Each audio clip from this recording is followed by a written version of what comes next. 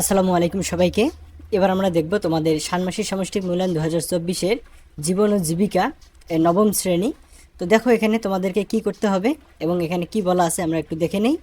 যে এখানে একটি উদ্ভাবনীমূলক ব্যবসায়িক বিনিয়োগ পরিকল্পনা প্রণয়নের নির্দেশনা দেওয়া রয়েছে। নির্দেশনা অনুযায়ী প্রত্যেককে একটি পরিকল্পনা তৈরি করে জমা দিতে হবে। বিনিয়োগ ক্ষেত্রে নির্বাচন ও পরিকল্পনা তৈরির জন্য দলগত আলোচনার সুযোগ থাকবে এবং এর প্রত্যেকে নিজ নিজ খাতায় উদ্ভাবনী বিনিয়োগ পরিকল্পনা তৈরি করবে।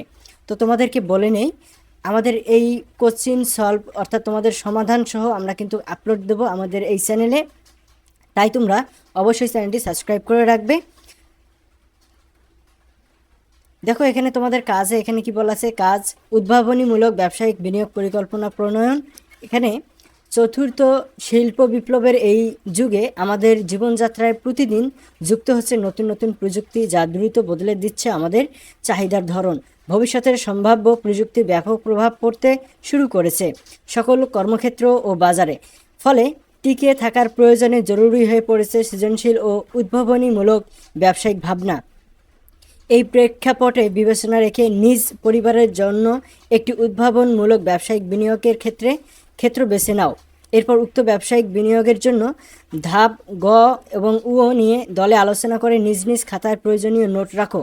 এর ভিত্তিতে এবার এককভাবে নিজ পরিবারের জন্য একটি উদ্ভাবনীমূলক ব্যবসায়িক পরিকল্পনা তৈরি করো।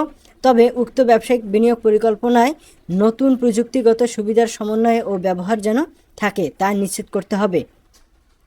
এরপর হচ্ছে উদ্ভাবনমূলক ব্যবসায়িক বিনিয়োগ পরিকল্পনা তৈরি করার জন্য নিচের ধাপগুলো অনুসরণ করতে হবে। প্রথম অংশ, পরিবারের জন্য ব্যবসা নির্বাচন। ধাপ ক, পারিবারিক আর্থিক পরিস্থিতি বিশ্লেষণ। এরপর ধাপ খ হচ্ছে ব্যবসার ধরন নির্বাচন।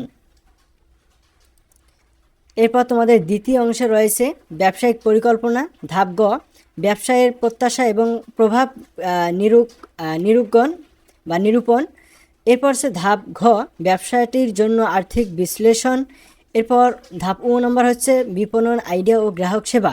তো তোমরা তোমাদের সুবিধার জন্য আমি আমার এই ভিডিও ডেসক্রিপশন বক্স এবং কমেন্টে পিন করে রেখেছি একটি লিঙ্ক, সেখানে তোমরা যদি ঢোকো এই কোশ্চেনটি তোমরা ডাউনলোড করে তোমরা তোমাদের ফোনে ভালোভাবে পড়তে পারবে।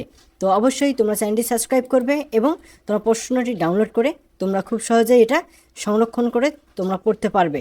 সকলে ভালো থাকো এবং পরবর্তী সমাধানগুলো আসা পর্যন্ত অবশ্যই চ্যানেলটি সাবস্ক্রাইব করবে। ধন্যবাদ সবাইকে।